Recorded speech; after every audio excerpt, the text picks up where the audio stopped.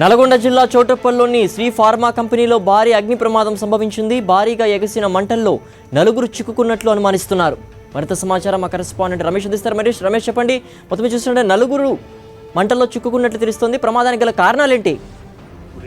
కొద్దిసేపటి క్రితమే ఈ ఘటన చోటు చేసుకుంది. హైదరాబాద్ విజయవాడ జాతీయ రహదారికి ఆనుకొని ఉన్న చౌటుప్పల్ సమీపంలోని శ్రీని ఫార్మా కంపెనీలో ఒక్కసారిగా అగ్ని ప్రమాదం సంభవించింది. అగ్ని ప్రమాదం సంభవించడంతో ఏదైతే ఈ ఫార్మా కంపెనీలో ఉన్న రియాక్టర్ పేలడంతో పెద్ద ఎత్తున కూడా మంటలు వ్యాపించడం జరిగింది. పెద్ద ఎత్తున కూడా పొగలు వ్యాపించడంతో అంతా చుట్టుపక్కల ఉన్న స్థానికులంతా కూడా భయభ్రాంతులకు గురి కావడం జరిగింది. అప్రమత్తంగా ఒక్కసారిగా అలర్ట్ అయిన పోలీసులు, అదేవిధంగా ఫైర్ ఇంజన్లు కూడా రంగంలోకి దిగాయి. ఇటు నల్గొండ, అటు భువనగిరి నుంచి కూడా పెద్ద ఎత్తున ఫైర్ ఇంజన్లు చేరుకుంటున్నాయి. కానీ ఇంతవరకు కూడా పెద్ద ఎత్తున దట్టమైన పొగలు వ్యాపించడంతో కూడా మంటలు ఆర్పలేని స్థితిలో ఉన్నారు. పోలీసులు కూడా ఎవరి కూడా దగ్గరికి వెళ్ళలేనటువంటి స్థితిలో ఉన్నారు. అయితే కార్మికులంతా కూడా ప్రమాదవశాత్తు అంతా కూడా ఒక్కసారిగా పరుగులతో బయటికి తీయడంతో కూడా ప్రాణాపాయం తప్పిందని చెప్పవచ్చు. పెద్ద ఎత్తున లక్షల్లో మాత్రం ఆస్తి నష్టం సంభవించని చెప్పవచ్చు. మనం ఎక్స్క్లూజివ్ గా విజువల్స్ కూడా చూస్తున్నాం. దట్టమైన పొగలు ఒక్కసారిగా వ్యాపించడంతో చుట్టుపక్కల స్థానికులంతా కూడా భయభ్రాంతులకు గురి కావడం జరిగింది. ఇది చౌటుప్పల్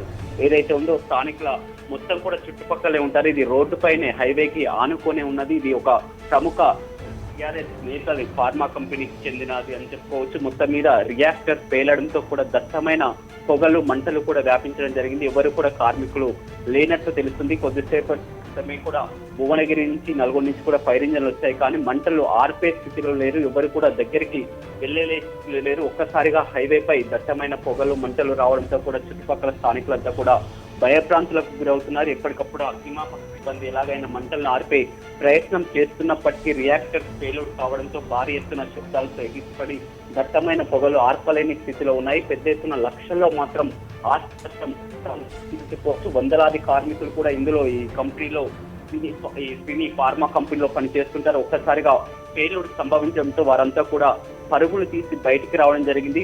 అదృష్టవశాత్తు ఎవరు కూడా అందులో కార్మికులు లేని తెలుస్తుంది. కానీ ఫెయిల్యూర్ మాత్రం పెద్ద ఎత్తున సంభవించింది. ఓకే రమేష్.